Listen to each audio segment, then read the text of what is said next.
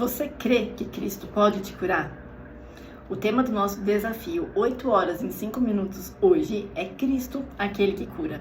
E como esse conteúdo está riquíssimo em detalhes, eu não conseguirei cumprir essa meta. Portanto, esse conteúdo será dividido em 2 partes. Então vamos lá. Qual é a importância de estudar essa matéria? Deus criou tudo através da sua palavra.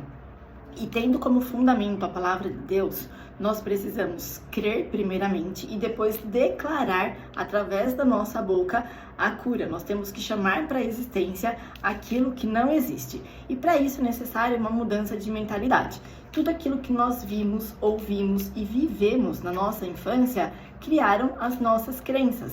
E as nossas crenças compõem as nossas ideias. As nossas ideias, elas não podem ser destruídas, elas precisam ser substituídas. Por isso que está escrito em Romanos 12:2 sobre a mudança de mentalidade. Leia esse versículo. E quando nós falamos de doença, nós não vamos negar a doença, mas através da nossa fé, nós vamos materializar no mundo físico aquilo que já foi liberado para a gente no mundo espiritual. Também é necessário um conhecimento de Deus e da sua vontade. Porque o propósito de Deus é que nós vivamos aqui na terra a cultura do céu. E no céu não há doenças. Jesus morreu não somente por nossa salvação espiritual. Ele também morreu para nossa salvação, para nossa cura física. E também ele nos comissionou. Ele nos deu autoridade para orarmos para todos os tipos de doença. Orarmos pela cura das doenças. E é vontade de Deus curar todas as doenças. E para isso, nós precisamos conhecer e agir através da palavra. Quando a palavra de Deus está no nosso coração, nós pedimos exatamente aquilo que é a vontade do Pai. Então, existem várias razões para uma pessoa não ser curada. E uma dessas razões é o assentimento mental. O que significa assentimento mental? A pessoa, ela admira aquilo que Cristo faz, admira o poder que Cristo tem, mas ela não faz absolutamente nada, ela não tem nenhum tipo de atitude para experimentar desse poder de Cristo na vida dela. E as obras de Jesus. Quais são as obras de Jesus? É impossível começar a falar das obras de Jesus sem ler João, capítulo 14, versículo 12. E esse versículo diz: aquele que crê em mim fará também as obras que tenho realizado, fará coisas ainda maiores do que essas.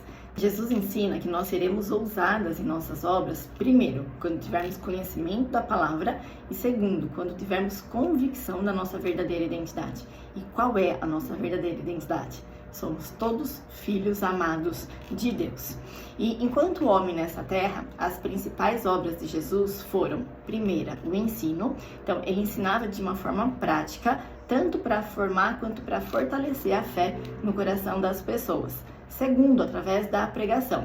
Ele tornava pública uma notícia importante e ele anunciava a chegada de um novo reino e a salvação dos homens. E terceiro, a cura. Na maioria das vezes, ele usou a fé das pessoas para manifestar a cura.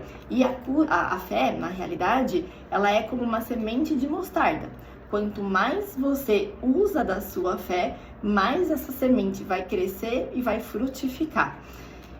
E a maior e principal obra foi a obra da cruz. Então, é essa obra que nos resgatou e que nos trouxe a salvação.